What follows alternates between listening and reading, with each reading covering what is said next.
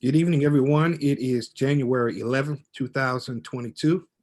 And this is the Olivet City Council meeting. If we could have roll call, please. Councilmember Carl, Here. Councilmember Waldman, Here. Councilmember Knox,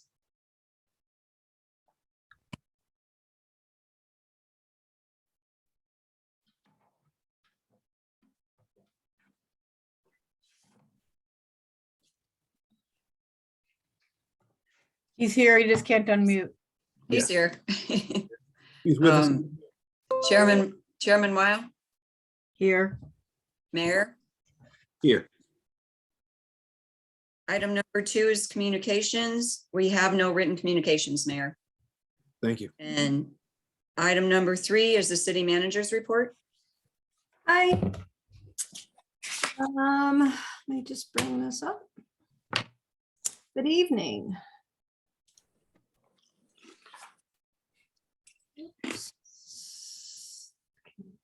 Good evening, Barb. Okay. All right, we can hear you, Rick. Right. Hold on one second, sorry.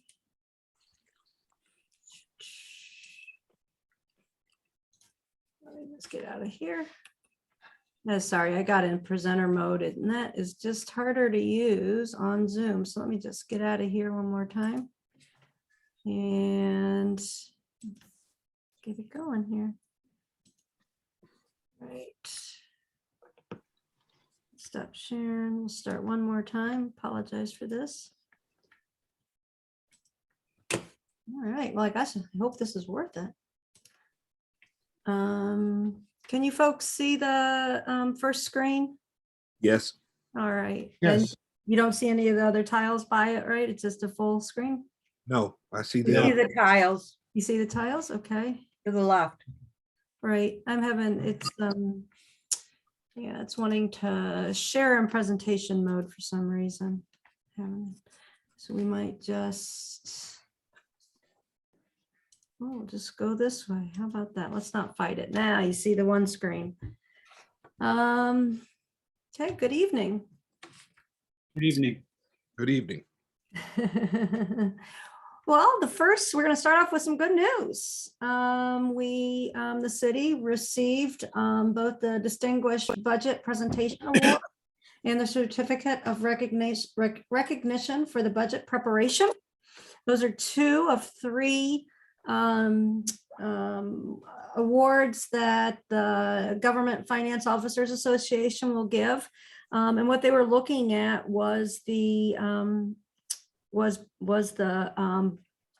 budget that began July 1 of 2021. And the thing that's most remarkable about this is the areas in which we were identified as outstanding. And when they are looking at the budget document, they're really looking at, there are certain things that you have to have, and then there are certain things that you can have. And then you can have doesn't meet, and outstanding kind of are the tiers. And you have 3 different reviewers looking at it. Our table of contents, our strategic goals and strategies, the department fund relationships. So what funds are in the different, what departments are with the different funds, financial policies, our capital programs, the department program description. So when you look at the budget document and you see, where we talk about the different departments, position summary schedule, our debt, department program goals and objectives. I think that's a big one that we've been working on, and it got an outstanding mark, as well as an overall as an operational guide. Barb, you may not know this, but how many other areas were there? This seems like a lot. Did we miss anything? There were some, yeah. Okay. They left us room for improvement. Okay, all right. Which was nice of them, I guess. But one of the things I kind of wanted to talk about is it doesn't just happen. Mhm. So what we've been able to do, what Darren has been with Darren's lead, is we've been able to get the GFO trifecta. We've been able to get the Distinguished Budget Award, their Certificate of Achievement for Excellence in Financial Reporting, and then the Outstanding Achievement in Popular Annual Financial Reporting, and that's the PAFR. So there are these three things that they look at. And we get an award, and you can see now that the little dots along the side, so this is the big award, and then the little dots are the number of years that we've gotten this. So we've gotten the trifecta. This hopefully they haven't done the PAFR yet. They'll have 6 months to kind of review that, but we anticipate receiving it because it was just better than last year. Anyway, so we anticipate this will be the 4th year of the trifecta then, Darren? Third year. Third And year. you see the little crowns that are on little dots. Huh. They send crowns. And so I want to just recognize Tanya, our accountant. You all know Darren, the finance director. And then why is Kiana in there? Because why she's not in the finance department, but she's who helps us make the document, the end document look good. And that's what they're looking for too, is that. And so this is one of their photos, but this is really how they felt about the I love that photo. So I just want to point out, again, you just had the audit from FY 21. And, I talked about how, with the single audit and how impressed I was with, our achievement in that. And then we continue just to improve these documents. And the documents are great. They're great for staff. They're great, for department heads, frontline staff, the council. They really answer a lot of questions. They have a lot of statistical data in them. And then you have the PAFR, or the popular one, which is really easy to read, kind of a non-financial report. And so we have a lot of resources out there, and these are all available online. And I just want to give a shout out to the finance department and their adopted communications manager, Kiana.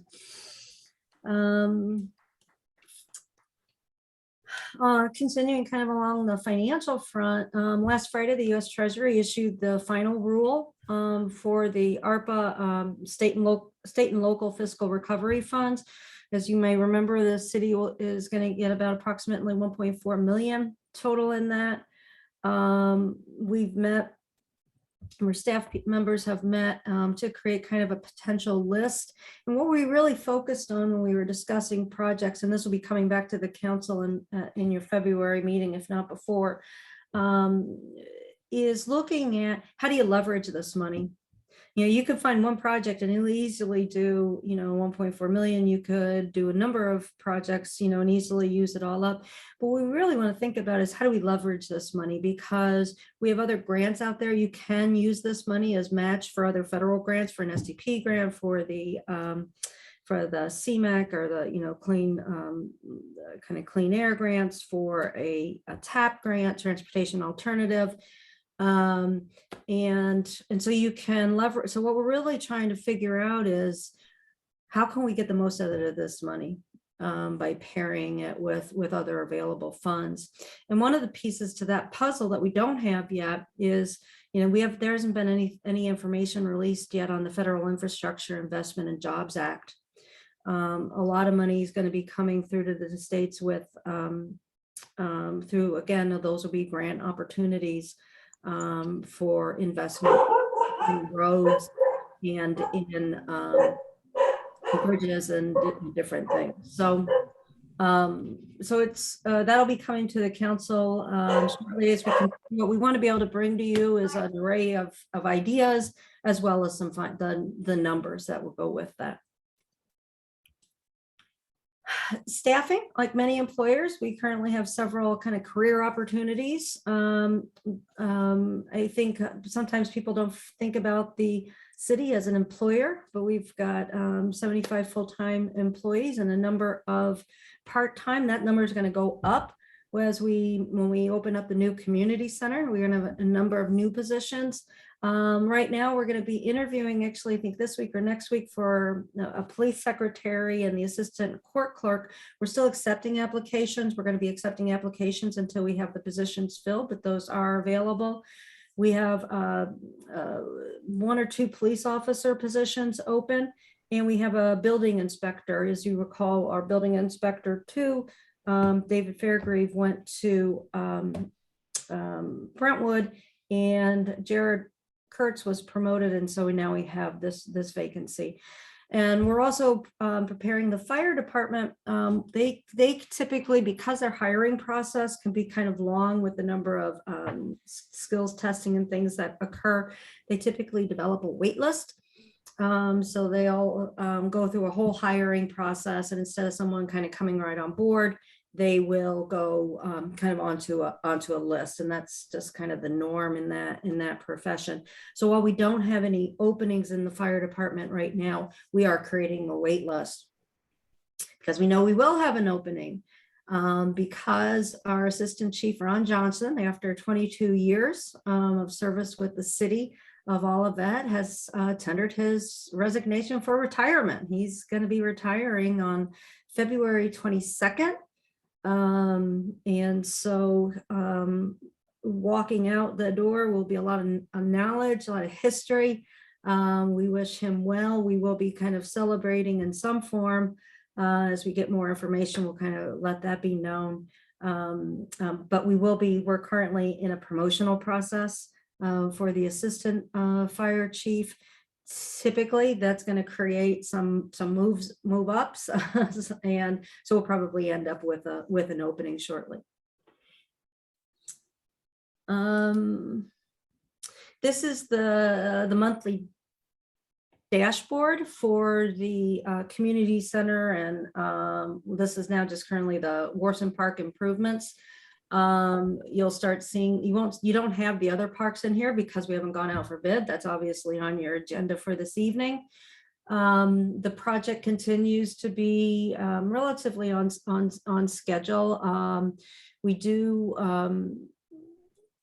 anticipate there needing to be some soil remediation, and so that's going to impact both the budget and the schedule, but we don't know those numbers or that time frame yet.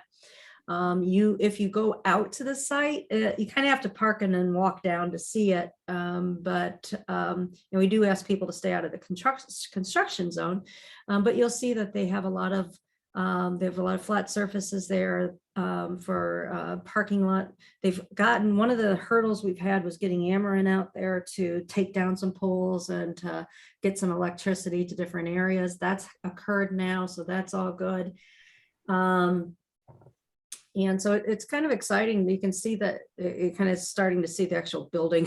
It feels like a building site now, as opposed to just a dirt moving practice.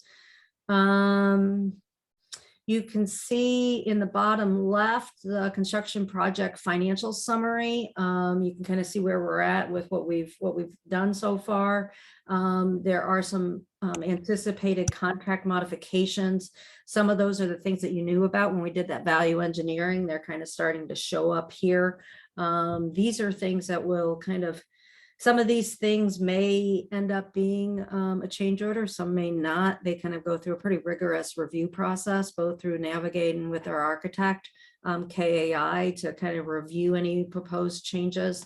So what you're seeing there is kind of, it's really just these things may happen, but they're just outstanding at this point.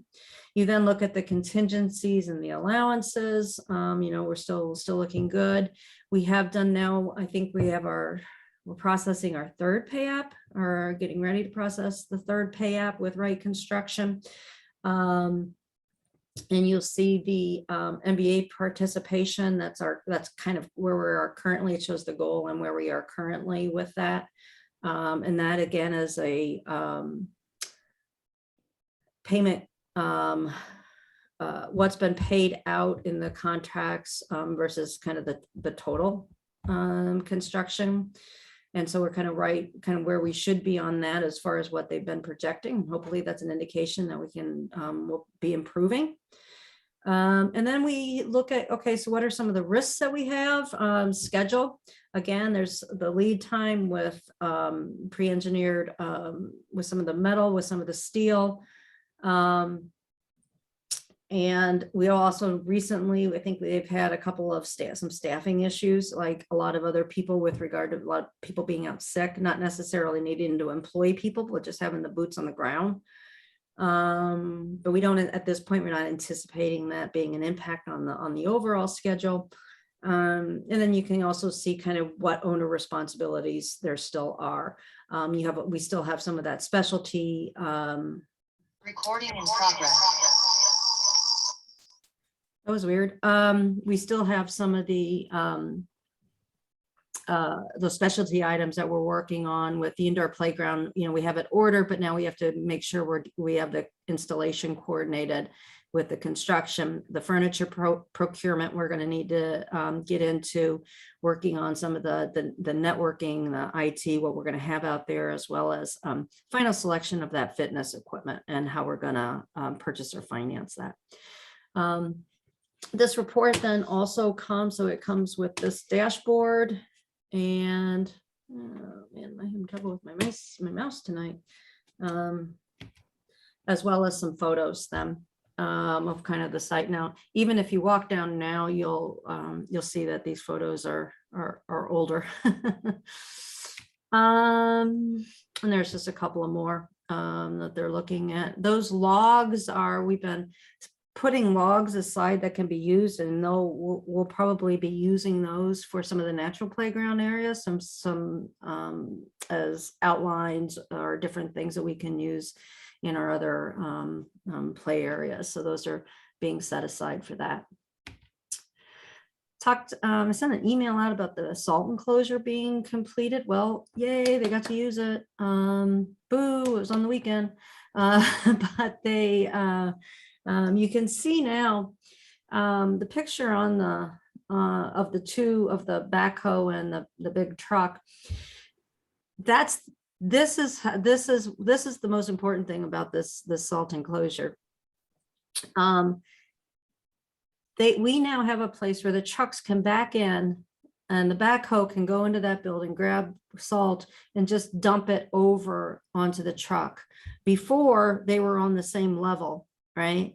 And so the backhoe sometimes would have to go up to try to dump it into the trucks, and they couldn't get them as full. So that's one of the things that was really critical in the design that Bruce put together on this. And then also when you drive by, you think, my God, how much salt can be in that thing, right? Well, the height is determined by this picture on the right. I may have said right both times, but and when you get a load of salt in these semis and it goes up, that clearing now, there's only a couple of feet of clearing actually in that. And you want to make sure that when those deliveries, if they're not quite even in the middle, they're not going to tear that the canvas or the protective skin. So this is really, it's safer for staff, it's safer for the environment. And this was really excited about this enclosure. They did Bruce McGregor, along with his folks in the Public Works Department, did a great job of kind of getting this all together and making it happen. Now with upcoming events, just remind people, Martin Luther King Jr. Day is on Monday, the 17th. Our offices will be closed in observation. We have a coffee with the mayor on January 19th at 8:45 a.m. Park and Recs Commission is January 19th at 7 p.m. Our Planning and Community Design Commission is January 20th at 7 p.m. City Council is January 25th. We have a work session February 1st, a pension board February 3rd. In our Planning and Community Design Commission, their first meeting in February will be the 3rd. With that, I'd happy to answer any questions that you might have or statements, comments, whatever. Mr. Mayor, I just have a couple of follow-ups for the city manager, if you don't mind. Could we have a picture of that salt cover from all four angles? just to be able to kind of see, because you can see on the side where you're showing that differential, and I would just like to see how that looks on all four sides. We'll try. It's a little bit harder on that one side because you're right up against the property, but I also. Oh, I yeah, think it yeah, might be- yeah. I think it Or maybe, you know, Yeah, maybe. We'll work on that. We'll work Yeah. on it. And then another question I want to follow up, because yes, Barb, I did go drive over to Saints, and I think where the logs are, that's the driveway into Saints is where all the logs are right now, I think, because it sure looks like that's the path I was driving on. So my question is, how do I really get back there? Because no, you can't really get back there, you know, You can, by going to the Saints, you know, No. street. So where do I park? Where do I go? Because I do like to see what's going on, and I want to go the safe place and safe way. go to the community center, park off of Grandview in the community center parking lot, and just walk down that trail. Okay. That's really the best way of doing that. If you have Okay. trouble, Missy, if you have trouble getting down there, just check in with Beverly and Okay. we can get you down there. Okay. Okay. Cool. All right. I appreciate it very much. So that was it. Thank you. I'd like to add in, I did go down there on a day when it was a little bit warmer than this past few days. And it's mind boggling to see all the changes that have been made. Every week it changes so much, and really excited. We'll see what they say. Barb, I would just like to ask, I didn't see on your schedule, but are we still having a work session for interviews next week? That was going to be a topic of conversation to ask the council if you were still up Oh, for that. okay, all right. Well, I'll wait then. Thank you. Greg, that was with regard to EDC. Yeah, Yes. Okay. but yeah, we have one more application that came in, and so if you guys want to, I'll set that up we'll get those scheduled. Do you want to start a little earlier? Fine with, yeah, I can't. whatever. Okay, so we'll say 7. Okay, I'll get that on the calendar then.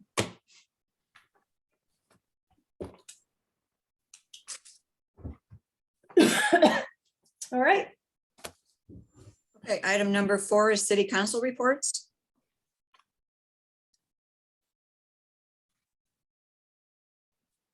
Mr. Carl, do you have anything to report, sir? I do, sir. I went to a Board of Adjustment meeting on December 27th, or I should say I attended by Zoom such a meeting.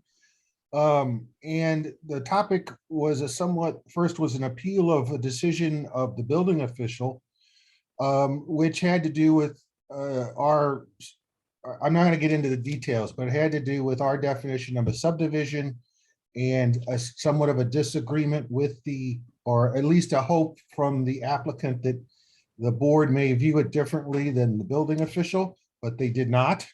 They viewed that our ordinance was correct, that he was following our ordinance. Given that, then the next request was to allow 3 lots, an area to be divided from 2 lots to 3 lots in order to build a house, 3 houses. And the board decided again against that, to not go against to grant any kind of variance. They did not see a hardship in the area of the fact that this followed our rules. It was a subdivision as per the ordinance, and so there was no basis for granting a variance on the area requirement. So that's the result of that meeting. And this was on Kenneth Place, by the way, 2 lots on Kenneth Place. So that's it. Thank you. Okay. Councilmember Waldman. Thank you, Mr. Mayor, and excuse it if you hear my dog in the background. I attended the Planning and Community Design Commission meeting of January 6th. Under old business, 4 Arbor Road was passed after coming back and dealing with some initial improvements made by the developer from the conversation with the Planning and Community Design Commission, the previous meeting. On number 73 Stony Side, the builder will meet with the city stormwater consultant to address the best management practices for pool water runoff.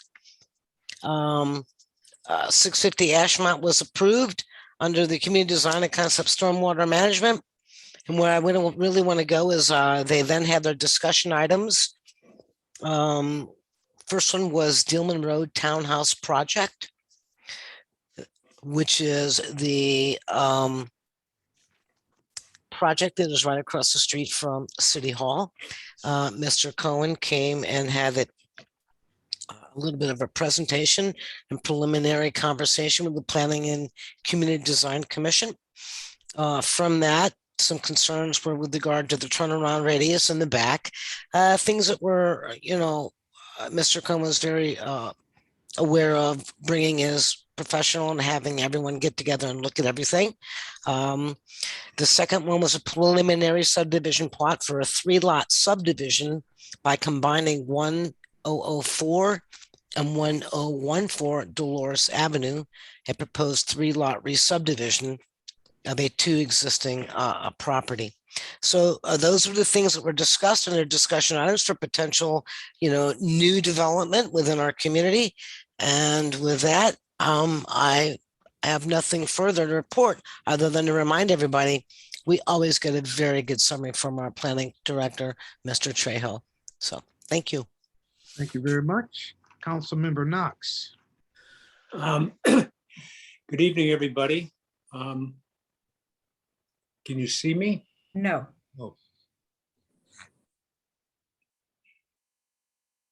We can hear you well. Okay, there I am. I did not attend any meetings, but I do want to let everyone know that I did go by the new Salt Dome, and thought that was a great project that the city did. Also, I drove down through Graham Court where the new development's going to be, and they're really going to town on taking a lot of the old homes apart, and so that's what I've been doing, and I appreciate the time. Thank you, Mayor. Okay, Mayor Pro Tem. It seems like a long time ago, but on Wednesday, December 15th, prior to the winter break, we and then we did not meet again in the month of December. I attended a Parks Commission meeting, and it was led by Don, because Beverly was not able to be there, and it was a thorough meeting. Jim Parsons runs a very good meeting, I must say, and not because he's watching tonight, but in general. But we covered a lot of the material that Barb previously covered in her report with the timelines and all. But one of the things that people may not be aware of is that in addition to focusing on the new city community center, they also have subcommittees, and each of the commission members is working on that between mid-December and our next meeting, which is next week.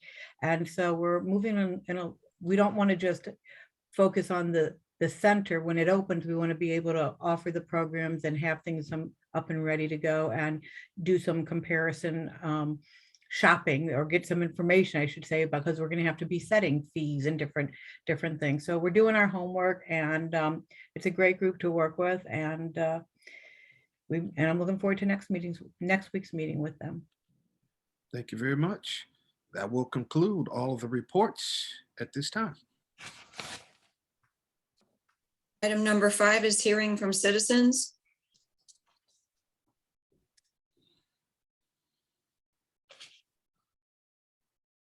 Just so the council knows too, when we're in the chambers, I have kind of the participants up or the attendees up. When we're like this and you're all in your own homes, on your screen, there is a participant icon, and it's either on the bottom or on the top of your screen, depending on where. And if you click that, a little pop-up window will come, and you can see who's on as a panelist and who's on it as an attendee. Okay. We do have one hand up. It's a name I seem to recognize, Ruth Springer. So I will, Ruth, I'm going to promote you to panelists.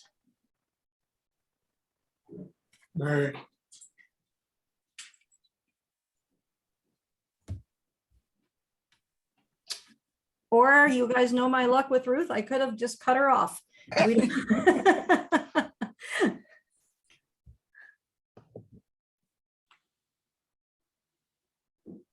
Make sure that you send the right, hi, guys. Hi there. Make sure that you send the right person back. That's right. I do have challenges. How are all of you? Council, I'm going to ask for your indulgence. Before I came on, I got my mail and my latest edition of the Missouri Park and Rec magazine arrived. And on page 26 is a really, really nice article. If you all haven't seen it, I know it's been out and publicized a bit, but it's a really, really nice article about Stacy Park receiving the Urban Dark Skies Place. And I know it's been out on Facebook, and I know that it was out, you know, to the residents and stuff, but this is a really nice article. And this is a great magazine. It's read by everybody in that industry throughout all of Missouri. And of course, my ad is on the back. So pick up a copy, see if Beverly has it, and see if you can take a look at it. I have some prepared remarks that I want to make in addition to that. So I'm going to try to go through them as quickly as I can. So at your November 9th workshop and your subsequent December 14th first reading, the Omicron variant was barely a blip on the radar screen. You could not possibly have known then what we now all know today, and the CDC has known since April, that vaccines do not prevent the transmission of or the infection from COVID and its variants. Look no further than your immediate circle, and you will know a good number of fully vaccinated, boosted people who have recently tested positive for COVID. Whether it was Omicron, Delta, or the original recipe COVID is undetermined, but the facts remain the same. Vaccines do not prevent the transmission of COVID. According to a Danish study, vaccinated individuals are 2.7 to 3.7 more times more susceptible to Omicron than Delta. Why, you might ask? Because the vaccine is not capable of preventing the Omicron spike. You know, when you see the picture of it, it's got a spike. It's not capable of preventing that Omicron spike from attaching to the body cells. In another Danish study, those who were double vaxxed are 2 times more likely to pass on the variants, and those who are triple vaxxed are 3 times more likely to pass on the variants. And the reasoning is that the vaxxed healthy individuals are more likely to be asymptomatic and can pass along the virus much more easily and unknowingly. So your vaxxed employee is just as likely to create an environment that is not safe or free from disease, and especially from transmission. And I think that's a really important point to understand, that vaccination may be a great thing, but it has another side to it. And that is that you can be very easily asymptomatic and pass the disease along. The CDC issued its first warning about breakthrough as early as April of 2021. It warned again in July as we got into Delta, September, and finally in December of 2021, the CDC issued its starkest warning yet. That breakthrough is not only possible, it is probable with the Omicron variant. Fortunately for most, both vaxxed and unvaxxed, those with no underlying comorbidities have only mild symptoms. This Monday, yesterday, Dr. Rochelle Walensky, the director of the CDC, stated on Good Morning America that 75% of those dying from COVID in the US have 4 or more comorbidities, 4 or more. That's a very large number of complications that could easily be contributing to these deaths. High blood pressure, diabetes, obesity, lung disease, any one of these could kill a patient. These were very unhealthy people, 75% of them. What is it that you are really trying to accomplish? Are you trying to create an atmosphere where employees feel respected for their thoughts and beliefs? Or are you trying to create an atmosphere where you want people to do what you want them to do and fear for their employment, how to feed their families, take care of themselves if they don't follow your directives? I think if you truly hear what I just mentioned, you might see through the lens of science, not political science. So that I don't think I came here just to criticize. I'm actually here to offer some suggestions because I've really given this an enormous amount of thought. My suggestions to all of you would be to remove this from your agenda tonight and go back to the drawing board. Take real science into consideration, the science we know today, and craft a policy that really works. Fear is not a motivator, and it will only work for so long before fear becomes an environment of demoralization. Please don't create a work environment of division and alienation. And just for the record, I am not anti-vax. I hate that word. I am vaxxed. I was the first of you to be vaxxed. As a matter of fact, I helped Councilmember Waldman sign up to get vaxxed. I am triple vaxxed. I am anti-mandate. Vaccines do not prevent the spread of or infection from COVID. That is a fact. The vax can be silent spreaders. That is a fact. That is how I got it and tested positive after the Christmas holiday. It was not the vaccine that kept me out of the hospital. It was the prednisone. Before I started taking that medication, I was heading in a downward spiral. Once I started taking it, after I spoke to my doctor, I really started to feel better. Had I strictly relied on a vaccine to keep me out of the hospital, I'm pretty sure I would have ended up there. Therapeutics, be it monoclonal antibodies or the new COVID pill, or those even yet to be developed, are what is going to help us live with a virus that is soon to become endemic and no longer pandemic. And therapeutics should be part of your conversation. You all need to educate yourselves. First and foremost, you need to start a testing regimen of all employees once every 7 days. Take some of the COVID relief money, you're getting $1.4 million that the city receives, and buy at least 3 months worth of testing supplies and test everyone, including yourselves. It shouldn't cost you more than $12,000 to $15,000 to do that. Encourage vaccines, but don't mandate something that has been demonstrated not to be effective against preventing the spread of an infection from COVID and its variants. Government shouldn't be mandating people's lives. It's a slippery slope that might never end.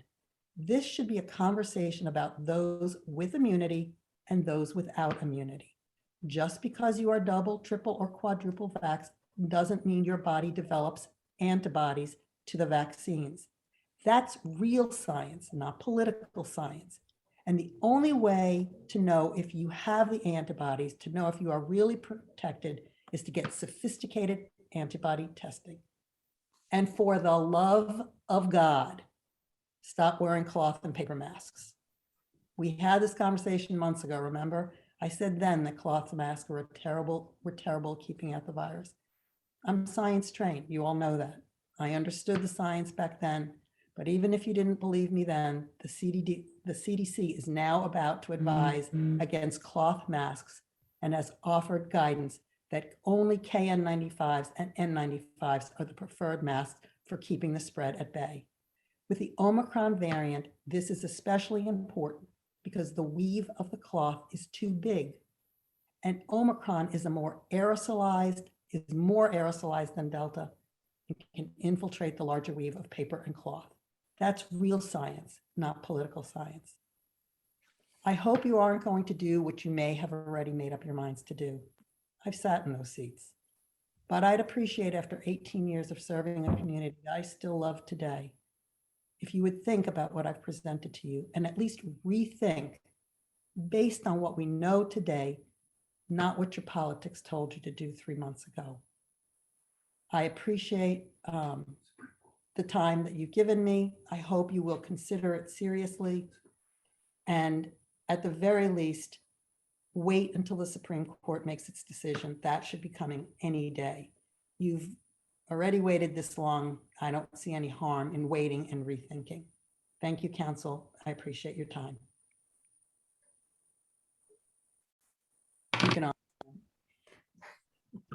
Okay, thanks, Ruth. I'm gonna move you back. Thank you. Somebody. I got Ted Lasso to watch.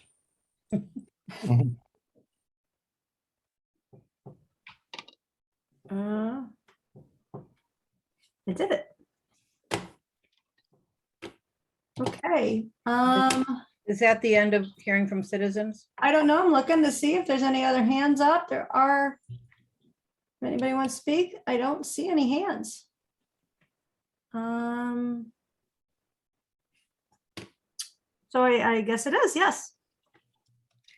Mr. Mayor, I'd like to make a motion that we go into closed session pursuant to the revised statutes in the state of Missouri to section 610-0221, 1, and personnel matters pursuant to 610-0221, 3. Second,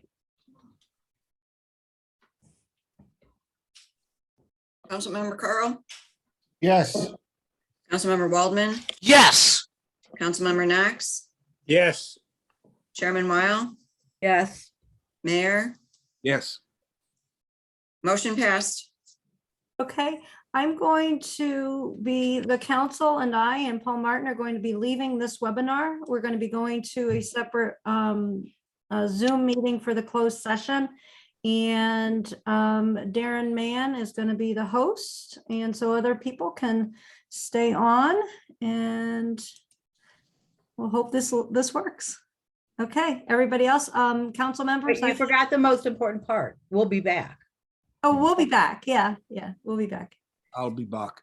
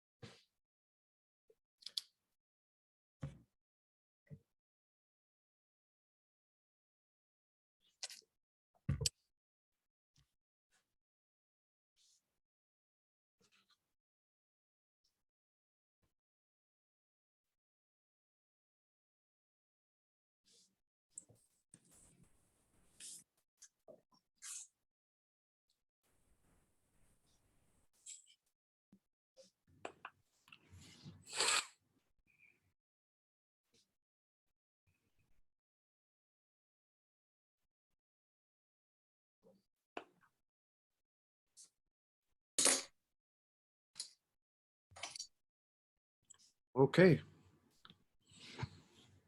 We are out of closed session. I take a motion, I guess, to come out of closed session. I have that motion to come out of closed session and return to regular session, Mr. Mayor. Do I have a second? Second, Do we need to poll council? Councilmember Carl, Yes. Councilmember Waldman, Yes. Councilmember Knox, Yes. Chairman Weil, yes. Mayor, Yes. motion passed. Item number 6 is Bill number 2964, an ordinance of the City of Olivet, Missouri, amending the City of Olivet Employee Handbook by adding section 8.6 mandatory COVID-19 vaccine procedure. Second reading. If I could get a statement from our city manager, Paul Martin, please. No, City. City attorney. I don't want the promotion. Thanks. I, Yes, Mayor, thank you. Just so the public is aware, the council's been debating this policy versus the another policy involving vaccinations with an alternative of testing for those not vaccinated. And that's been ongoing over the last couple of meetings. A council member asked over the weekend whether this current policy, the agenda policy, could be reconsidered in lieu of substituting that other policy that had been discussed by the council before. And to discuss that, we had planned on a closed session this evening, before the agenda item was reached. That discussion was had, the council has been advised, and as a result, I think that that a motion to table the current bill is appropriate. I motion to table the current bill. I'll second that. We poll council then. Councilmember Carl, Yes. Councilmember Waldman, Yes. Councilmember Knox, Yes. Chairman Weil, Yes, Mayor, Yes. motion passed.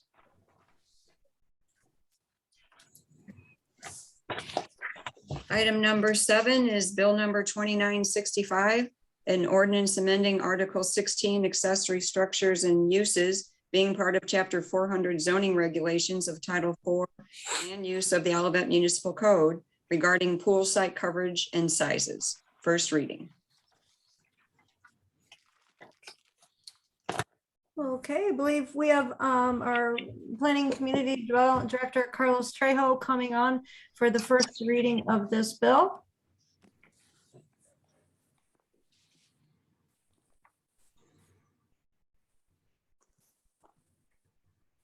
Good evening, Mayor, members of the City Council.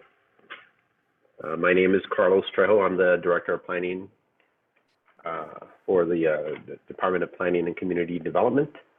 And tonight is just the introduction of this bill 2965. The purpose of this bill is to address issues regarding the review of swimming pools. Through this bill, it will limit the footprint of the pool to 50% when it's considered as site coverage, and it would increase the pool sizes that are authorized under a certain section that are issued administratively. Now, all pools will still, any pool in excess of 400 square feet will still be required to provide stormwater mitigation in there, but the intent of this ordinance again is to address some issues we've had in the review and administration of swimming pools, how they're calculated in coverage, and the size limitations that have required additional review through the city's Planning and Community Design Commission.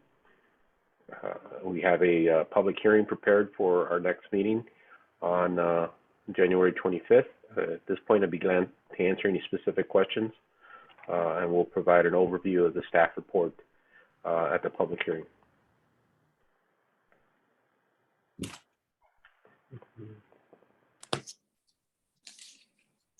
Okay.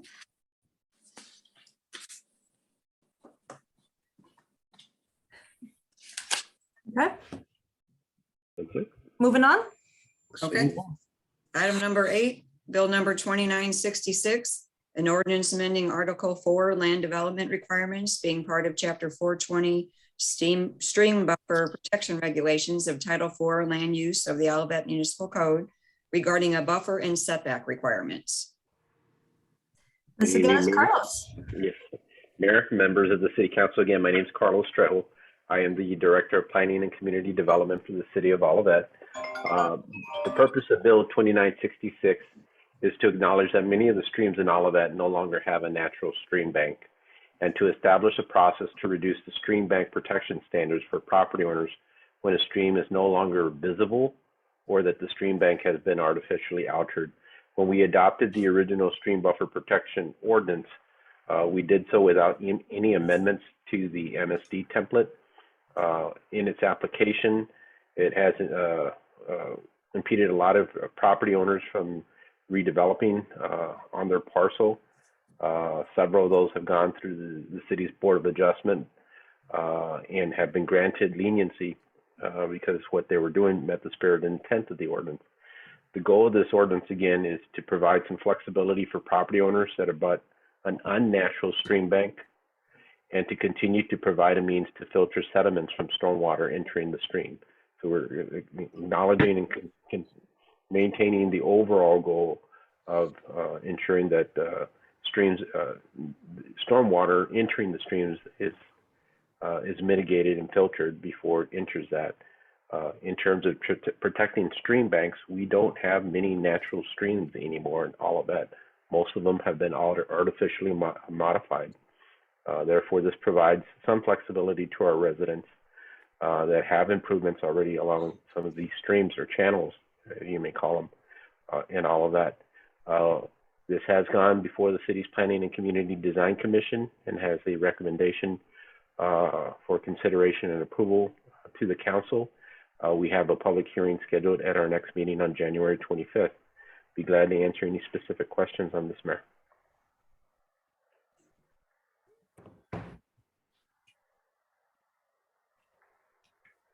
Mr. Mayor, if no one else is going to speak up, I got a question for Carlos. Please go ahead. And Carlos, it really is related to the topic that I reported to the city council. They came at the Planning Community Design Commission about those homes on Dolores. Those two addresses, 107, 1014, whatever. And when I think I'm at the right place, please tell me if I'm not at the right agenda item. Somebody did a map, a beautiful map of our stream area and all that. Am I on the wrong agenda item? You are, and it is included in your packet of information. Further in the Plan Commission reports. I thought tonight there's something on here. There's a packet that shows where all the little flood areas are. Was that not this particular item? It should be. Oh, so let me just go ahead and ask my question. So it appears as if, this, no, maybe it's the MSD money. I think it's the MSD. Let me step back. Yeah, let me step back and wait till it's the next item. I apologize, Carlos. All right. Apologize, sorry. Yeah. Huh? Okay. With that, since there is going to be a question on the OMCI on that, Carlos, would you stay on for the OMCI as well? Thank you. Sure. Okay, so item number 9, authorization for the city to enter into an OMCI stormwater reimbursement program agreement with the Metropolitan St. Louis Sewer District regarding the Llewellyn to Price Road channel. Okay. We'll kind of tag team this. I'll do the general overview, and if you have any real specific questions, I'll look at Carlos. As the council is aware, the OMCI, which is the Operation Maintenance Construction Improvement, that's a tax, had been set to 0 for a period of time, and then last year it's increased from 0, and the city gets 50% of the amount that is collected from our 2 different watersheds, both the Deer Creek and the University City. We came back to you I think it was, we had in July, it was a long time ago, with an application for engineering services for work done between Welland Lane and Dolores Avenue. We received notice then in December that that was approved. And so now we have to execute the OMCI Stormwater Reimbursement Program Agreement. And that's really what you have before you tonight, is to look at that agreement. I am going to go through just briefly some of the things that that are in this packet. And you see the two watersheds that we have, the two districts or sub-districts that are on here. And these are different possible projects that have been identified. And the identification of these is done with a lot of input from Bruce McGregor, the Public Works Director, and Carlos Trejo, our Planning and Community Development Director. And then we have also utilized some engineering services to help with estimates of these different projects. And so they're on this, on the map listed as potential projects. What we're looking at here is the area for is the Welland to Price Road channel. And we're talking about, this is where that is. It's the design study and plans for construction of bank protection on the tributary, and it's to address some creek erosion. And with that, I'm going to turn it actually over to Carlos, who has probably want to talk maybe just a little bit more about some of the issues that we're seeing in that particular area and what we hope to get from this project. Sure. Thank you. Ed, if Ms. Sondag, if you can go back to that map area and kind of zoom into that number 4, it would be appreciated, because that's one of the critical ones and one of the things that we found in this process, and those 14 items that you see. You'll notice that if you go to in that view that Ms. Sondag has up, if you go to the intersection of Olive and Dealman, you'll see this blue line that kind of runs from there to your right and heads to that number 4 area. And that blue line is a storm line, and it is picking up water all the way up from McDonald's through the commercial properties that are south of Olive, and then down past and all the properties along Llewellyn, and then goes past Llewellyn Street, and then just opens up and releases into, again, one of these creek areas, one of the few creek areas along Kenneth that is still somewhat in its natural state. Once you get down to Dolores, it is a gabion system, and then it goes to a concrete system, and then it's now channelized underneath Olive Crossing. That segment, it's one of these things we found that some of these problem areas are when we have these storm sewer systems that are not interconnected, that they're incomplete. They start here, and then they open up, and then they start, blocks away from another one, and it's usually within those areas that we have.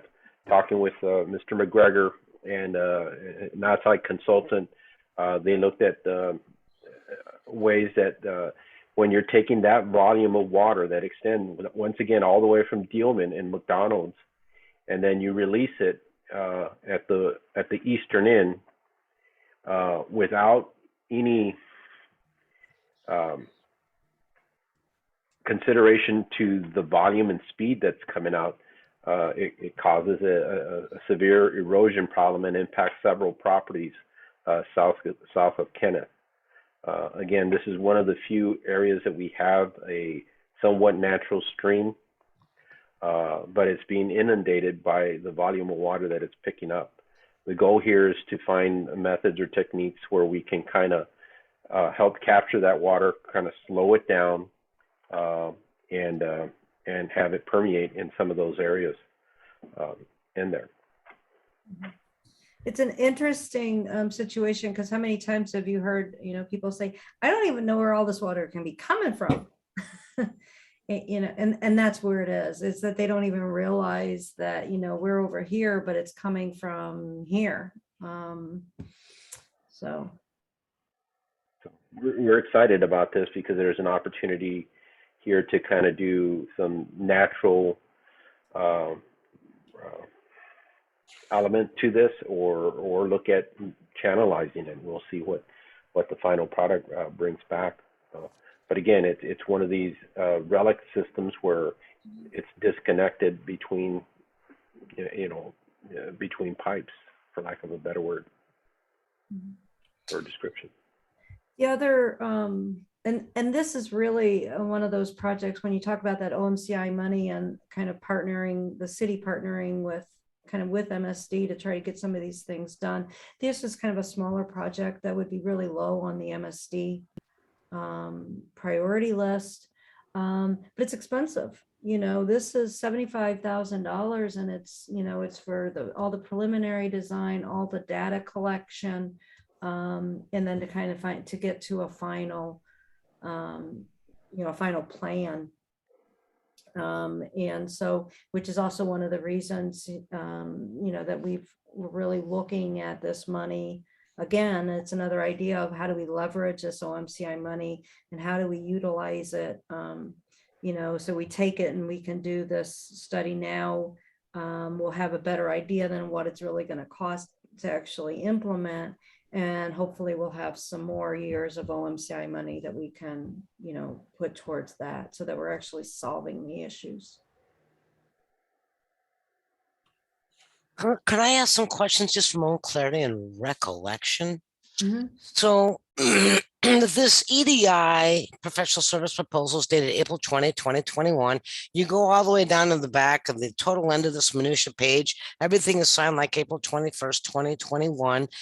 Then when I just go right up here to page 3 of 4 on the professional fees, we've got a total that says $75,196. I'm confused. Have we already paid this company to do something, or is this the company giving us back the report saying it's going to be $75,000? We sent this in to MSD for approval and said, this is the project we want, and this is how much it's going to cost. And from this document, MSD said yes. I'm confused. Do we owe EDI any money? EDM any money? No, they have not. We engaged with them early on because we needed to get an estimate of what it would even. First of all, we used them to help us analyze some of the different areas and help us prioritize as well. And then they had to give us, they gave us an estimate of what it would take to make this work. We utilized that for the application that was approved in July and then was approved in December.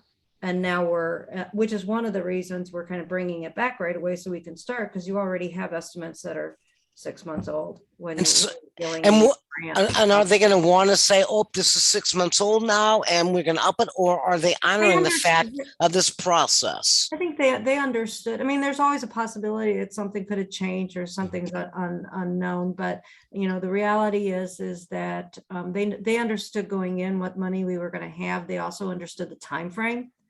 And then we do this with STP grants all the time, where you have these estimates and then it's a year to 18 months later and you're actually starting to spend the money. And that's the trick. That's the trick with that estimating. All right. I appreciate that. Thanks for refreshing the memory, clarifying. And I'll come back. And hold on. I did have Carlos. I wasn't done with I'm Carlos. sorry. I apologize. So Carlos, on that map, it's clearly identifying in his description here, going to the application for OMCI address of 1011 and 1007. Let's see, Barb, that's right, the next page after the map. It says 1011 and 1007 Dolores Avenue, and I just informed the council, Carlos, and we just had at PCDC, this guy that wants to take those 2 lots and turn them into three three properties. I'm assuming that this, whatever would end up happening here at 101, 107 Dolores is a positive impact to this potential new subdivision of those two lots turning into three. Correct. I mean, the 1011 and 1007 Dolores are across the street from the property you're talking about being developed. They're upstream, and they have a natural stream bank. Once you get past Dolores on the eastern side, it is a gabion wall system, and it's a deep channel that runs through there, and it goes right behind Price Crossing, and then it becomes piped once you get into Olive Crossing. Well, it now is piped once you get into Olive Crossing. Okay, I remember those words that night, but didn't realize the impact of what's here and how it could be. So I appreciate you, Carlos. Thank you.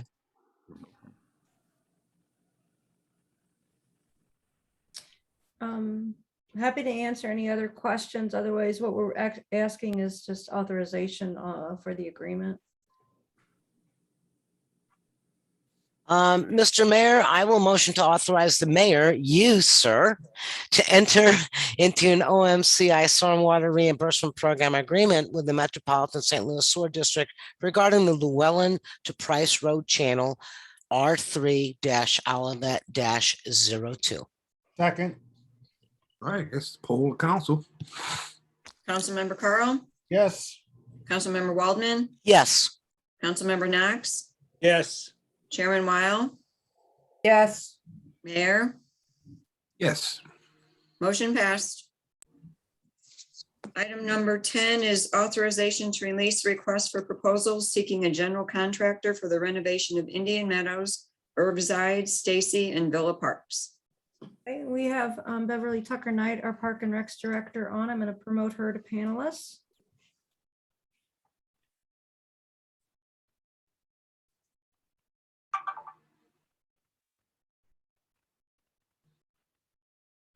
Nope, I thought we lost you. Or maybe you went to Good evening, bed. everyone. Beverly Tucker Knight, Parks and Recreation Director for the City of Olivet. And I am here this evening with a request to release the request for proposal for renovations to all 5 city parks. This is a fulfillment of our Prop C bond that was passed last year, and this will be renovations to each park, covering everything from infrastructure of walking pathways, sidewalks, water, and as well as park amenities such as new playgrounds, renovated pavilion at Stacy, mitigating invasive species, installing new stormwater management programs, a whole host of operations. This is in fulfillment of our Parks Master Plan that was adopted in 2018. However, it's not the entire master plan. This is the initial short and long-term goals, but we still will have vision items out there once these renovations are completed. So this is our request for proposals would be released this month, and then we would interview the firms and then make a recommendation for you in February before we sign contracts with the contractor that takes on these projects. And I'm happy to answer any questions that you might have.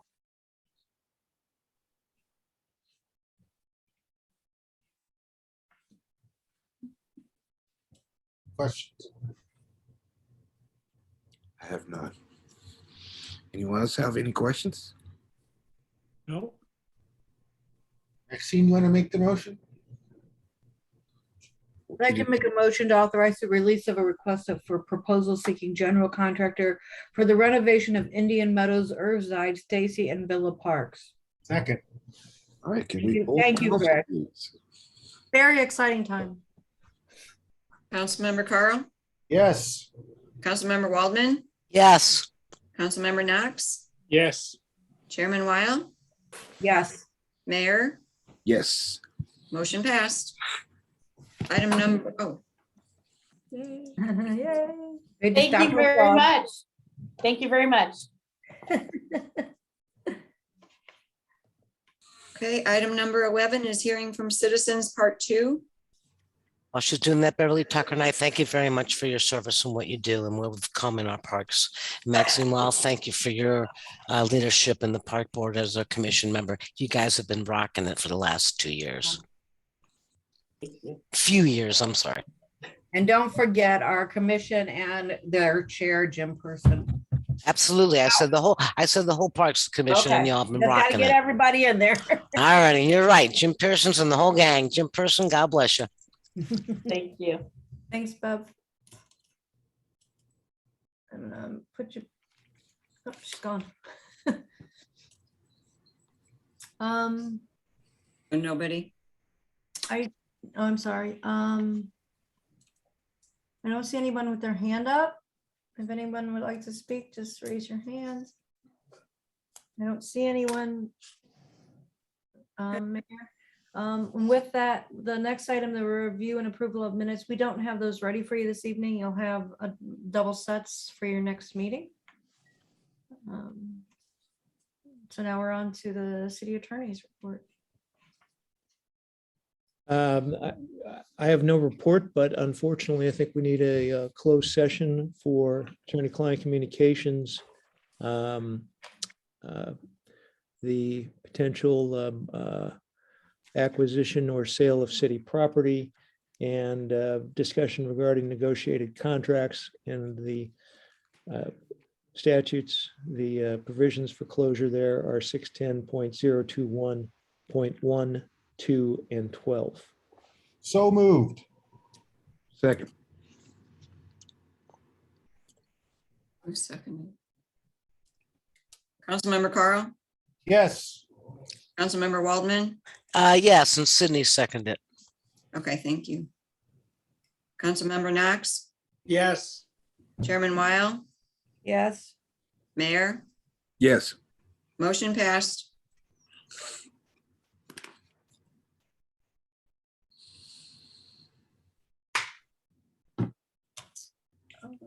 Is Roy Hawkins part of this? No. Then he's got to go. Oh, well, say that nicer. Roy, thank you for joining us. God bless you, Roy. We I hope love to see you. you again. We in do. person. We do. One day in person. You've got to go. Where did we find you, Missy? Roy's my old classmate. I think I got a little tainted tonight. So what can I say?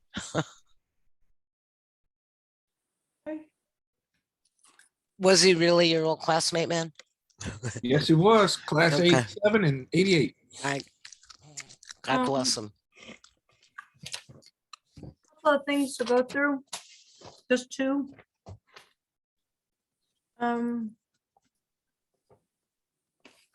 We did, I'm gonna actually start with the CMAQ grant.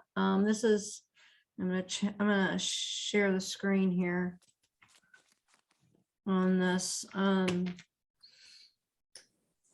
This is our congestion mitigation and air quality improvement program grant. It's for the intersection of North Price and Olive. And we've talked about this a couple different times. I'm just gonna try to get to the picture. I hope it's in here. There's us. Here we are. So we've talked about this, and in general, what we're trying to do is improve this intersection. This is Olive, North Price, the CBD place, the CVS. What we're trying to do is kind of get that other lane so that we actually have one dedicated left turn lane, one lane that is a straight and left turn, and then the other is a dedicated right hand. And what we're with the idea of decreasing the congestion of that. You'll recall that we got 150,000 from Opus, contribution to help with the engineering. We've been working with Access Engineering, which is now Trek Engineering. And we've been working to get an application in to East West Gateway for the CMAQ grant, that congestion mitigation, air quality. Anytime you can improve an intersection and kind of keep vehicles moving, you're improving air quality, and that's how this fits here. So we've got a little, somewhat of a conundrum. And to meet the standards of the highway that are for a road, this, we would really need to, they try to keep any kind of access here further from an intersection, so that you don't have somebody turning here and then trying to go right into here. Okay, so they try to move, you know, that's why CVS is back further. We have some of these that still exist. The Jiffy Lube is another one, and they're just been kind of, they're just part of, you know, what we have right now. But as you use funding, federal funding to improve these intersections, there's a requirement you're going to bring them up to modern, you know, modern codes kind of. That would require us to close this off. We have had a conversation. This is owned by Greg Yowitz. The property, it's a very funny shaped property. He owns, this is actually the parking lot. This belongs to that. And this lot kind of goes up and kind of goes back further. This is owned by Jack Scuggs. This building, and goes on. This alleyway is also owned by Jack. Currently, there is no agreement between this property owner and that property owner to use this alley as an access. And so what would be happening here is we could essentially be cutting off what would be kind of the prominent parking of this business. So we've met with Greg and we've said, you know, what's your ability to get, you know, an easement here to utilize this? You know, he said, oh, you know, we've been talking with Jack for a long time. Greg would like to own this at some point. But that's not happening at this point. And there's been no conversations. There's no interest. Now, so if we put in, so we then talked with Daryl Noby. You might remember he did the appraisals for us with the Old Bonham Road project. And that's what he does, is that kind of thing. We talked with him, we went over this with him. And basically what Daryl says is, you close this off, you will probably have created a situation where you have essentially condemned this building for about 95%.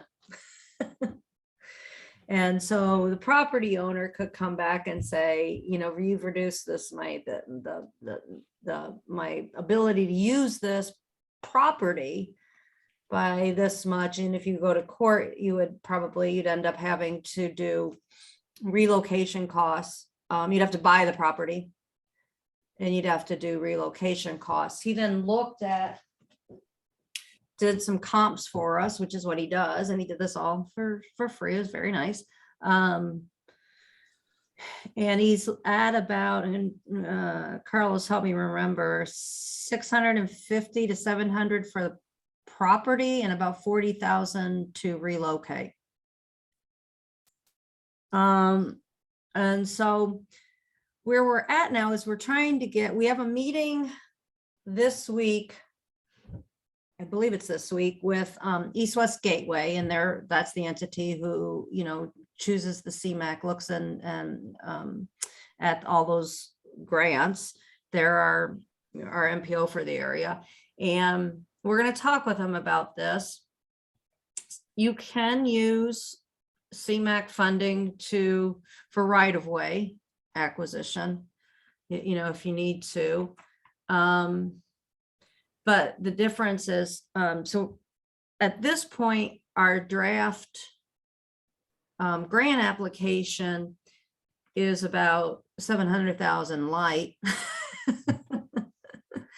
I think the whole amount for the grant is not that much, like 300, isn't it, or something, Carlos? I mean, I can.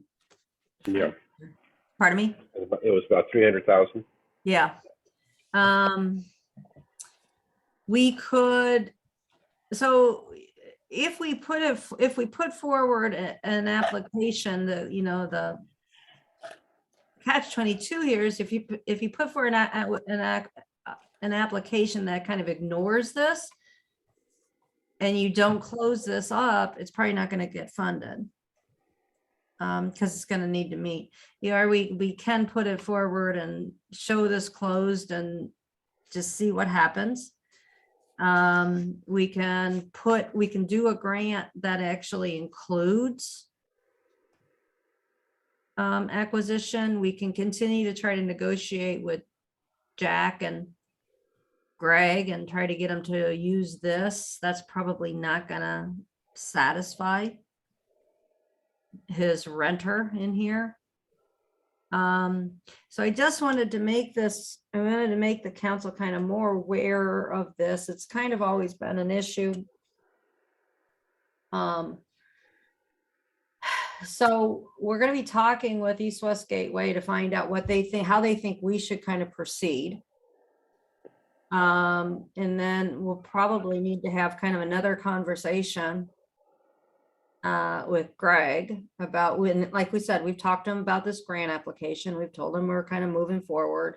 So this isn't a surprise to him.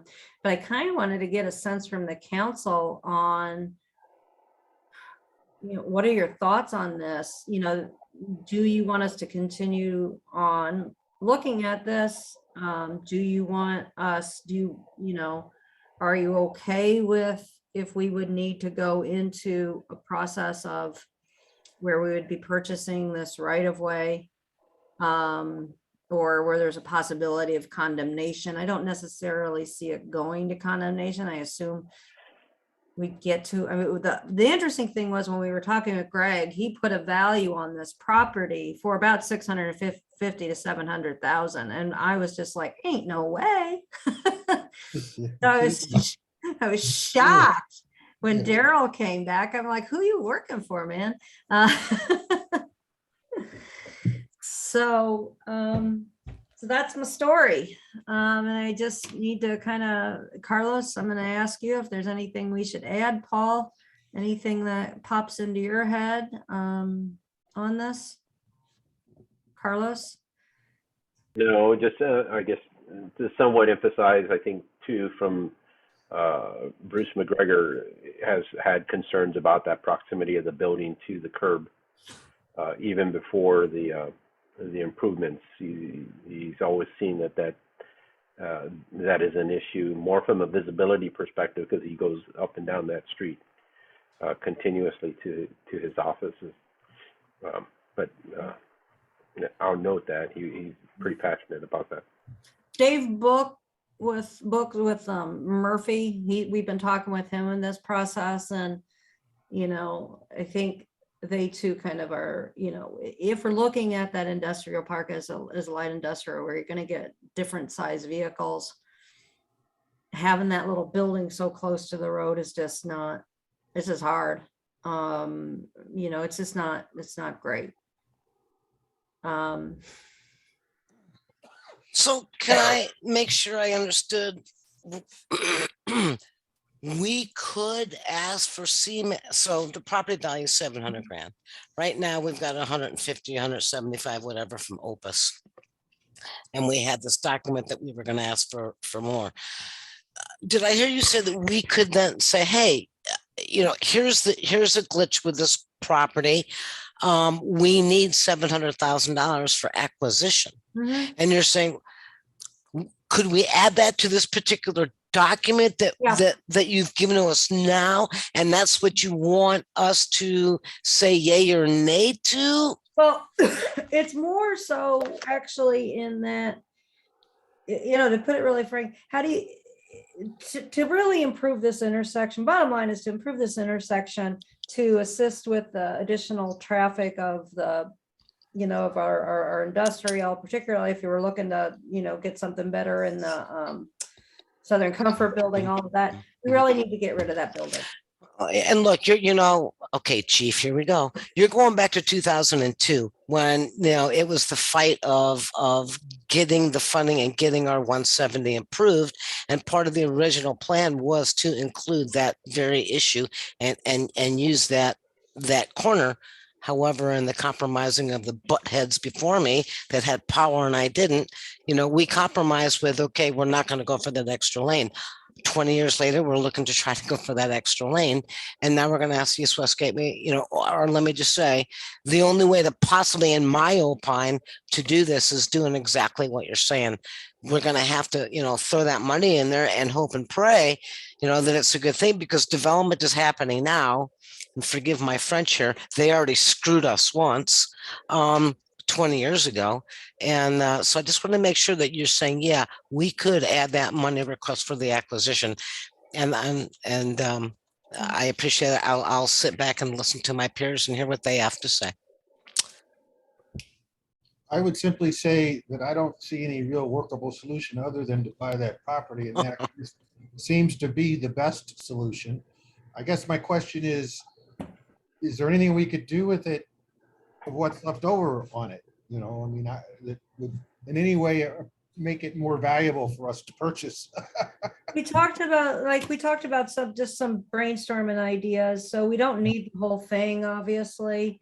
So, if we buy it with an option of selling back a portion of it to Greg, if there's going to be a redevelopment, if he had, or whoever, if there's a redevelopment over here. I don't know. What other things do we talk about, Carlos? School's not coming. There ain't going to be a redevelopment over there. Misty, you haven't been out lately. If you, it was supposed to be a Costco, and all I'm saying is no, Costco's not coming over there. So whatever is going to be built there futuristically is either going to be small or something else futuristically Costco's down not there. going to U City anymore? No, my point was that's where Costco was going to go, right next to it. That piece of land and the property next to it was the continual negotiation effort for years. A long time ago. And that's what I'm saying. Nothing big will go there because that bank wants to stay there or whatever. Alvey. Alvey. Yeah, the conveyor belt that Barb's relative works at and is getting more and more contracts from Amazon. So my point is, I don't see that it's going to be anything but like what Greg said, a smaller lot, and what could possibly go on that. It would be my question, because it would end up still being smaller in a lot. well, can you see a map? Can you see a Google map? No? Okay. Oh, we're seeing you on the big screen. Oh, That's no, all right. I hate to, okay. Do you see the Google map here? Yes, now we do. Yeah. Okay.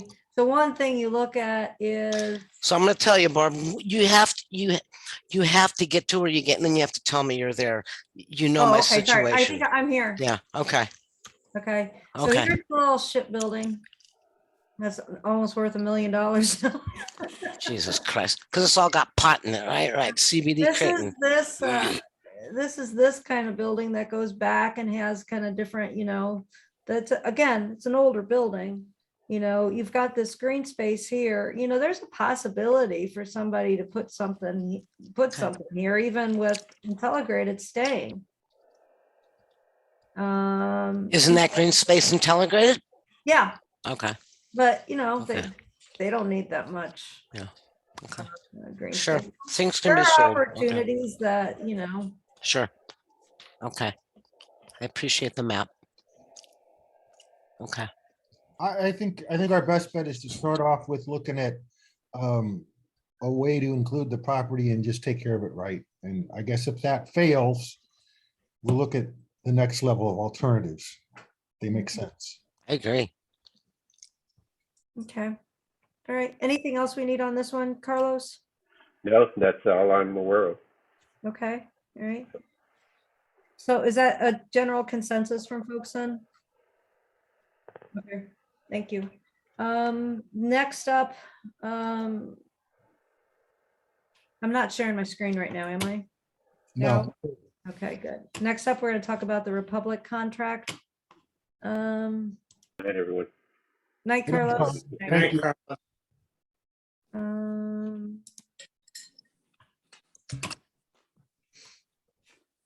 Sorry, I should have had this queued up, but I didn't. So Barb, while you while you're waiting for that, can I bring something up? Mhm. So we're talking about doing the interviews next Tuesday for EDC. But we also are gonna need to put out a request for another parks person, because Mary Kay has found it necessary to step down. Mhm.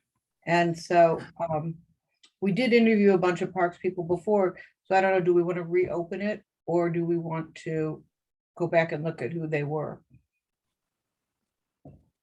You know, to me, they were recent interviews.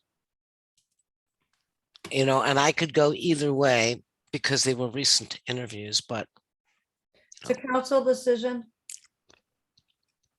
I'm kind of with Missy. Do you want me just to bring the, Can you bring them next Tuesday when you bring Okay. the EDC yeah, one? but you don't want to, you want to look at the resumes again. Yeah, Okay, yep. thank you.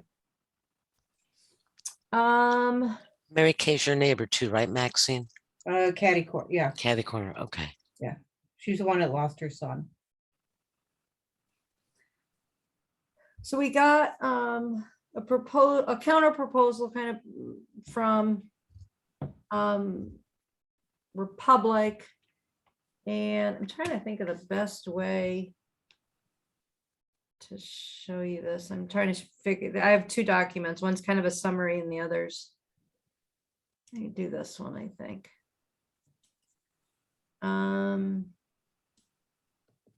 Okay, so we went back, the last time we met, we went back with, they had proposed a one minimum to a 3.5% maximum. That first year, there wouldn't be an increase. So that first year from July 1, 2020 to 6/30/23, there'd be no increase. And then we had countered from their 1 to 3.5 with a 1 to 3. They're coming back with that 3.5. She feels that it's that's important for them. And they say in here, you know, no increase in year one is dependent on the update in the language to the max of the 3.5. There's a exhibit in here that talks about why they need that. And I can go to that real quick here. You can see it. We kind of talked about it.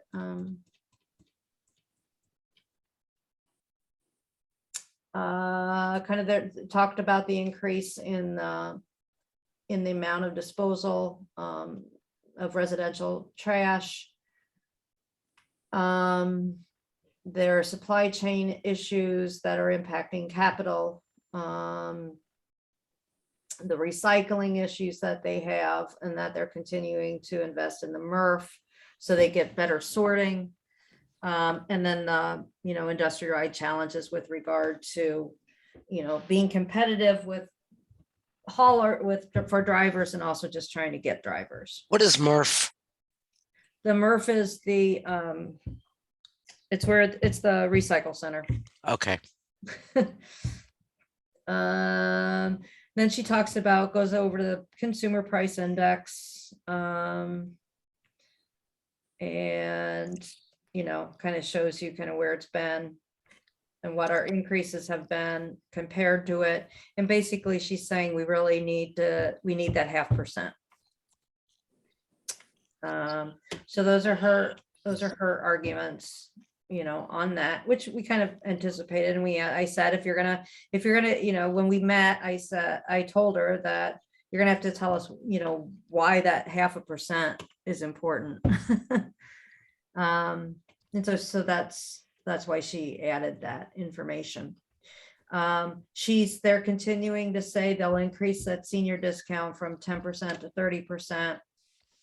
And that would happen in year 1. And then we've talked about that we needed them to do better documentation on an annual basis earlier on, with regard to what that, showing us what that index, their calculations from the index. Could you explain the index a little better? So basically everything is indexed to, so that you can kind of get a sense of what things are going up, what percentage things are going up. WST is the water, sewer, trash. And you typically, what I've asked for here is there's all kinds of ways to look at an index. Kind of, are you looking at it in a regional? Are you looking at it in a seasonal and different things like that? So I've asked them to better document what exactly they're using as an index. It's not going to make a ton of difference, but it's just typically you have that really laid out, so you're looking everybody's looking at the same numbers. And so so it's like a consumer price index. The consumer price index looks at what things have increased or decreased on a certain consumer items. And that's what this does with the water, sewer, and trash. So Barb, given that they're doing the senior increase from 10 to 30, and I think you made me aware when you commented that not only does that senior get that percentage discount on their cost of the trash, the city also gets that 30% discount. So you see here with the city, you see the non-senior rate. Senior rate, so we're getting that discount as well as that resident. Okay, which leads me to ask this question, and I'm not the math person, and Darren's not here, and forgive me. Oh, Darren is here. Hi, Darren. That 0.5 that is kind of where they're sticking their ground and holding their feet to the fire. And, I'd kind of said I'd like to see 1 to 3 and bop that 0.5 off. Do you feel, Darren, Barb, that if we really get that message out and we take advantage of our communications person to really pump out the fact of a senior discount program, and we find a way to make the application process for that easier for our residents, or I don't know, some level where we just get more seniors signed up, because I think we have more seniors in our community, and I'm thinking if we had them all signed up, would that kind of hit that 0.5 differential, you think? I think there's savings to be had. Yeah. And, again, Darren, I did my math and I kind of came back to the council and said, since Barb was hired in 13, the amount of the value of the increase is only added up to, like, what did I say, $7 in the time that Barb has been here.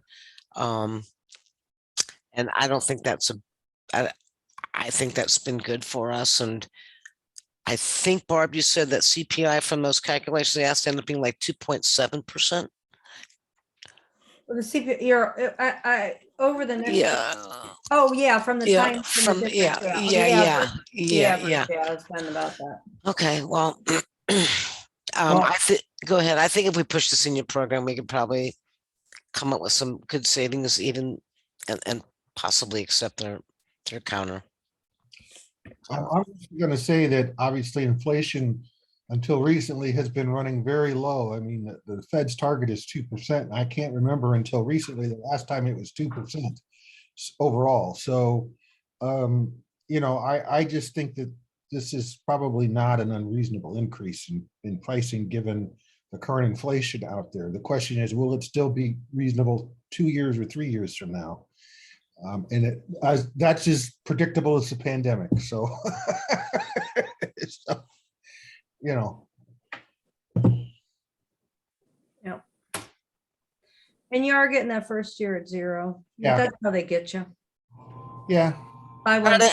But also a discount in the first year We'll go. will go farther than a discount in the last year. So, And we got a good bump up for seniors. I mean, there's something there where they gave something to us. Now we have to take advantage of that 20% that they're giving us for seniors. Paul doesn't increase his prices every year, and that's how we keep him.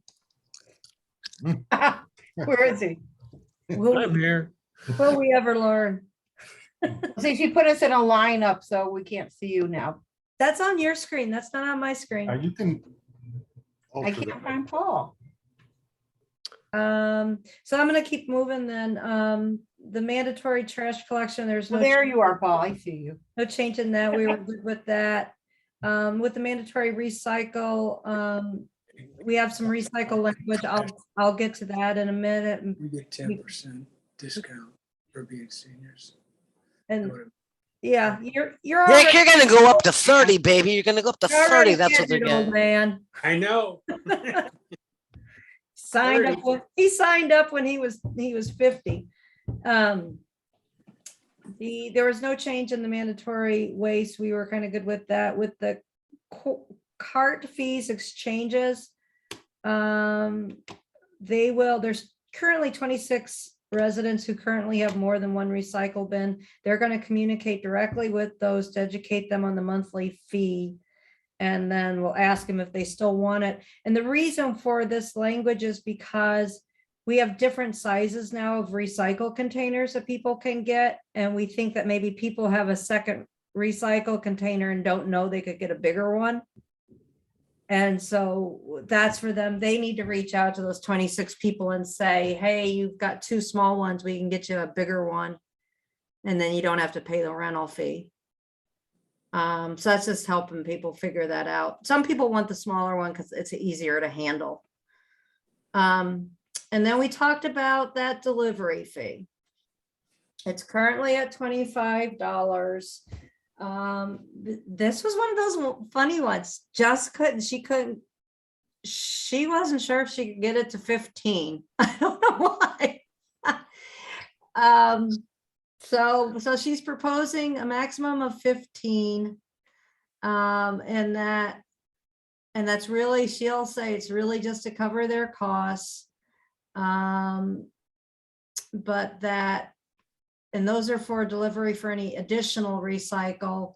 But if there's an exchange, because of wear and tear, then they will waive that fee. So what we need to just make sure as part of the education, if somebody gets that fee and they've just decided to get they want a new thing that,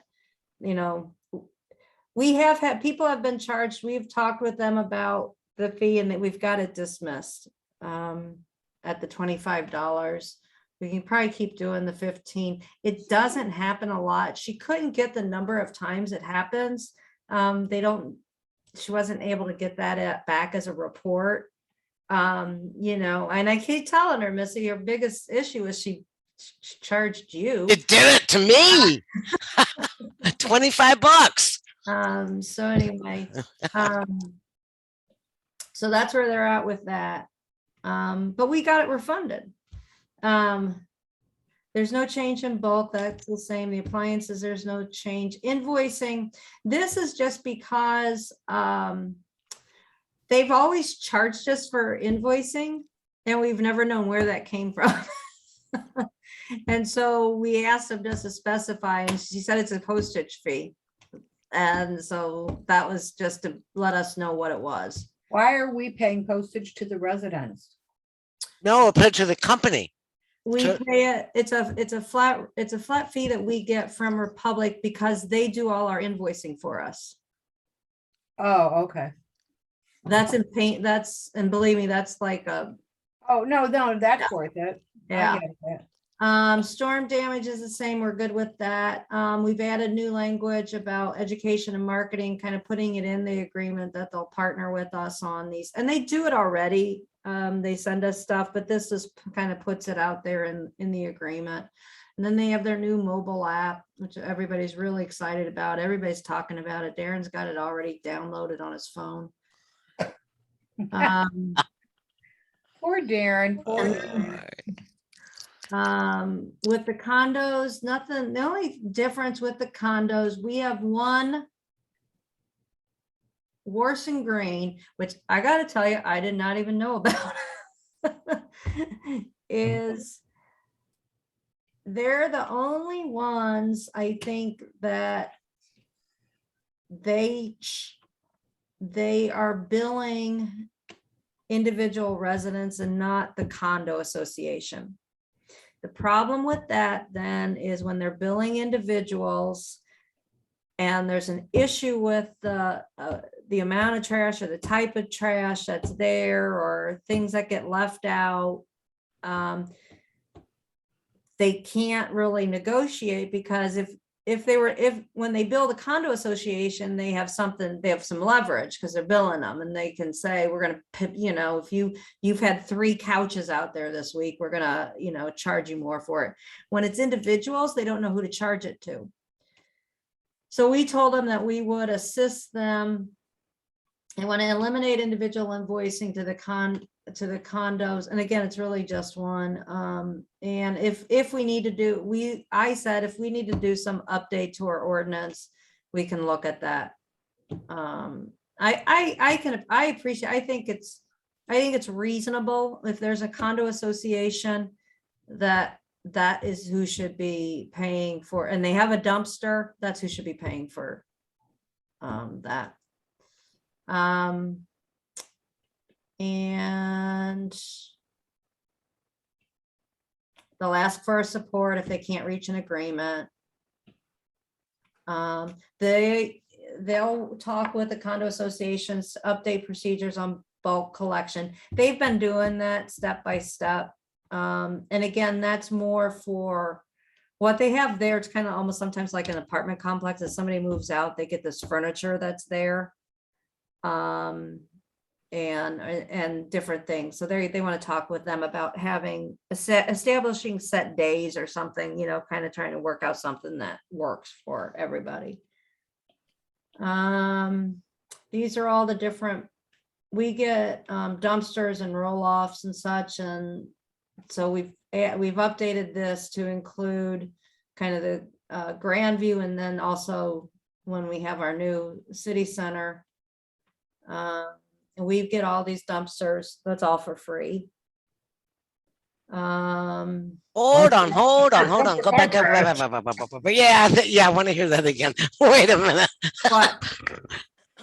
All the city dumpsters we will be getting, we don't pay for, we get it for free. What am I missing here? That didn't sound right. It's too good to be true. That's the way it is. Okay. Right there. Hold on. That's what I've been told. And has it always been that way, Barbara? As long as I can remember, as long as I've been here. You know what? I don't think I ever knew that. They will charge us if they have to come more often. They may charge us if we need to ask for an additional one. So they come and empty our dumpsters at our current Grandview School Community Center, and they do that for free, or the containers there for free? dumpsters, what do you call them? The roll-offs or the, Okay, the dumpsters. Okay, the blue yeah, bags. the big things, the Okay. big metal thing. We're paying for them to empty that, but we don't pay for the container to be there, or we don't even pay for them emptying it. We don't pay for either. I don't think I ever knew that. We pay more. We, again, if we need them to do extra pickup. Sure. We'll pay. Sure. I mean, Darren, that's your understanding, right? Yep. Yep. Well, you learn something new after 21 years. This was those are just current bids, and then this is updated force manure language. And this Hold on. What is that horse manure? I mean, horse manure. What do you mean by that, Polly? Horse manure. What is that? I didn't say it. I just laughed. I said it to Joelle. She thought it was funny too. What is the purpose of that? For what? Did you have a chance to look at this, Paul? Yeah, they just want to have the option that if they have increased loads due to some kind of force majeure, that they get to charge us for it, or that at least we'll have a discussion with them about it. It's it's pretty fluffy language. It is, and it's also incorrect. I mean, we should say the third line actually, that starts with majeure event, comma. We need to insist on the city will not insert unreasonably withhold discussion. So, we have a discussion about it, and if we're reasonable and we're right, then we don't have to agree to anything at all. Yep. So, Right. Yep. Because Barb said, I'm reading this exactly the opposite way of what Barb said. This says we will not. Wait a minute. Oh, never mind. I read that wrong. Okay, gotcha. Yeah, I mean, basically, we're saying, and she understands, she's saying, basically what Joelle's saying is the company wants the opportunity to make their case. And that's kind of where that gets us.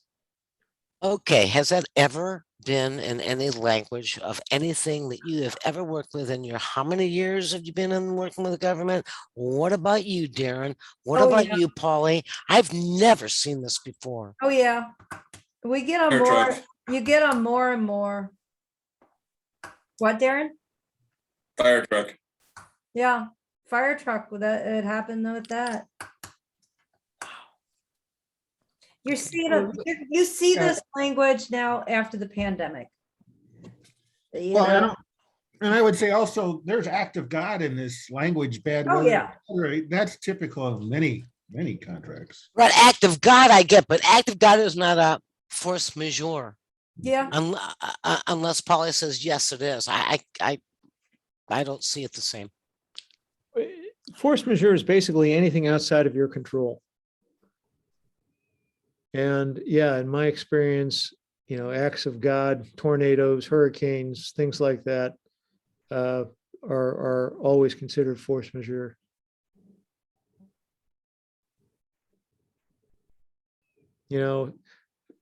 Wars break out, labor problems, wildcat strikes.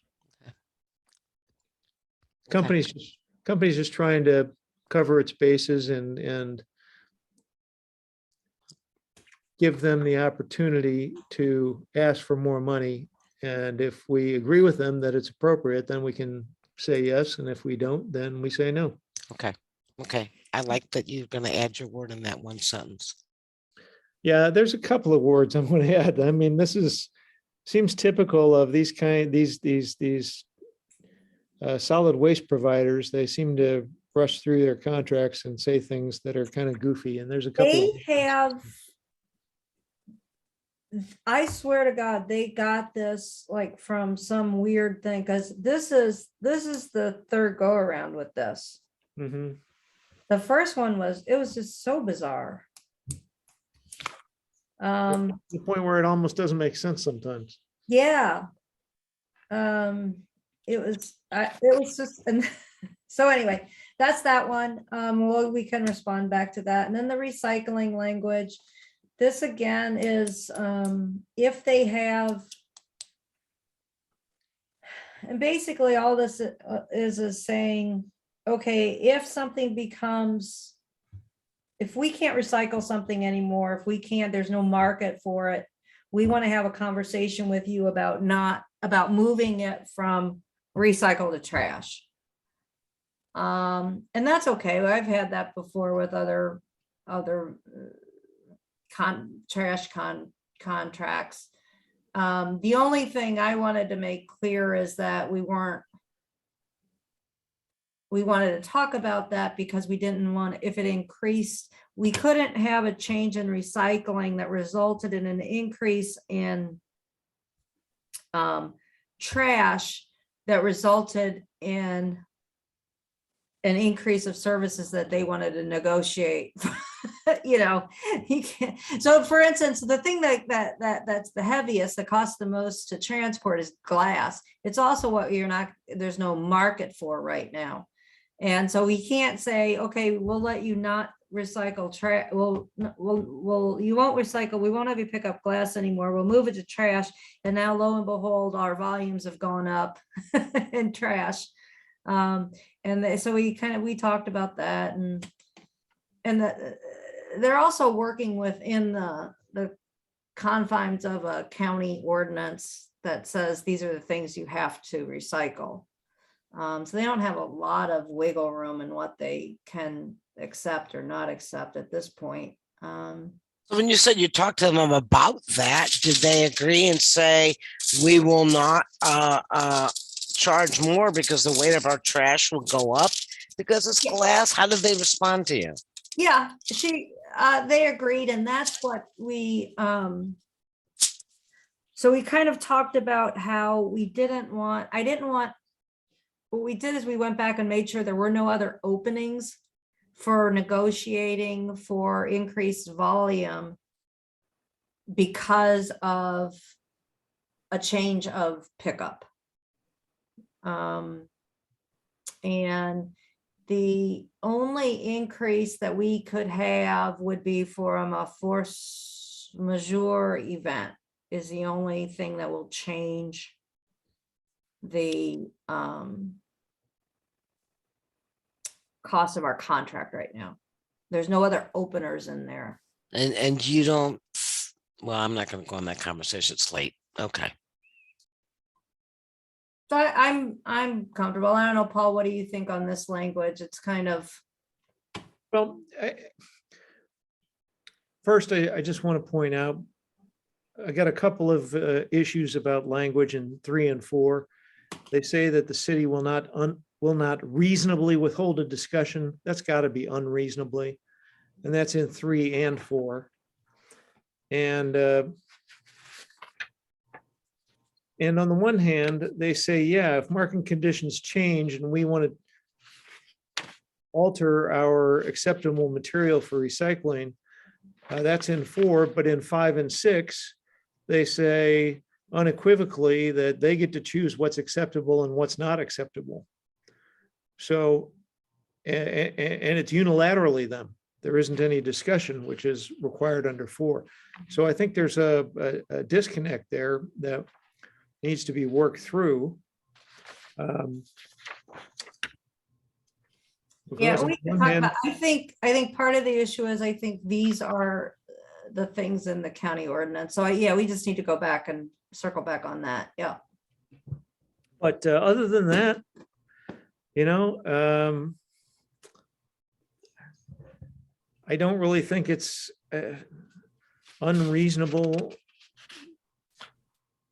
to address those kinds of things. I mean, it's become basically a contract term, and do you want to do it? Yeah. I'm good with it, Paul, with your corrections. I will second that. I will third that. I concur. All right. I'm with you. I'm with the team. What do we have after this? He's already calculating his savings over the next 3 years. Hey, me too. I've never, 30%. You I've have never nothing after registered, that. Rick. I've never This is my registered. last item. No, but now that you reminded Paul that he hasn't gotten a raise, he's gonna be putting in for one. No, I'm not until next week. Hey, Barb, or everybody, I just have one thing I want to bring up. I want to bring up something that Rick, you gotta I know- lower your face. my face, We can't see your face. oh, I'm sitting in There you go. Marion's chair. As Maxine said to me, I'm Rick, you surprised we see your could see it nose. all. Good things come in small packages. I just want to go over something very quick. I don't want to make any decisions. I just want a food for thought, and maybe if Barb can direct Darren and all those numbers people through the pension. Back in 2007, 2008, and 2009, the economy went in the tank, and they changed the pension for the employees. We've always talked about our employees are great employees, and I agree with that. I feel that our employees, especially now, are the backbone of our city. And during that time, and I believe I felt it was necessary then that they needed to cut the pension, some of the benefits. And I would just like for Barb and Darren to be able to get the numbers. I know the numbers, the Dow Jones Industrial, and I don't know numbers. I know it's gone up 3.5 times. It was like 10,000 back at the end of 2009, and it's like 35,000 now. Yeah. And we're building all these places, businesses and shopping centers and apartment buildings. I would just like to see if there's any way that we can increase or bring back, if not all, but some of the benefits that we're taking away at the time for our employees. And that's all I have. I just want you guys to think about it. And if you would agree, I vote yes to have the city manager at least take a look at getting that from the actuaries that do our benefits. And if not, I'm good with it. At least we're taking a look at bringing some of this stuff back. I don't think it's like that we vote to agree. I think we just ask the city manager to, have the proper people look into it, and then we bring it back up at a workshop or something. We just need to give consensus that the rest of us would like to see it. And again, I wasn't even aware that that happened. I don't think, maybe it was, but. It was before yours and my time. Yeah, okay, so, yes, I do think that's appropriate, given the we stand differently than we did then. And you shook their hands as they all said, we got to go now before we get to that lower denominator. Yeah, I was the mayor then, and I shook. Well, them on but the that side and was, said but- goodbye. and it was a time, they called them the Magnificent Nine. It walked. And that's just all I have to say. So if we can fix that, or at least look at it. Okay. Call it modify it, not fix it. I'll call it modify No, it. we'll have to get with Econ, and we'll have to run some, have them kind of give you an idea of what that would look like at different levels. We'll do that. We'll do the same 3.5% that you're given Republic. That's good. And I'll buy the beer. Wait a minute, I'm taking that as sarcasm. I hope I'm right when I'm laughing at that 3.5. Okay, folks, can we go ahead and wrap this up? That's up. I'm done. Okay. So is there anything else that we need? No. Yeah, All just right, had a I'm closed gonna make a session motion to adjourn. and So moved. yeah, second. All right. You folks have a wonderful evening. Be Yes. safe. Yes, thank You you. too. Night, Thank you. everybody. Thank you, everyone. Thank Bye-bye. you. Thank you, Denise. Bye. Thanks, Darren.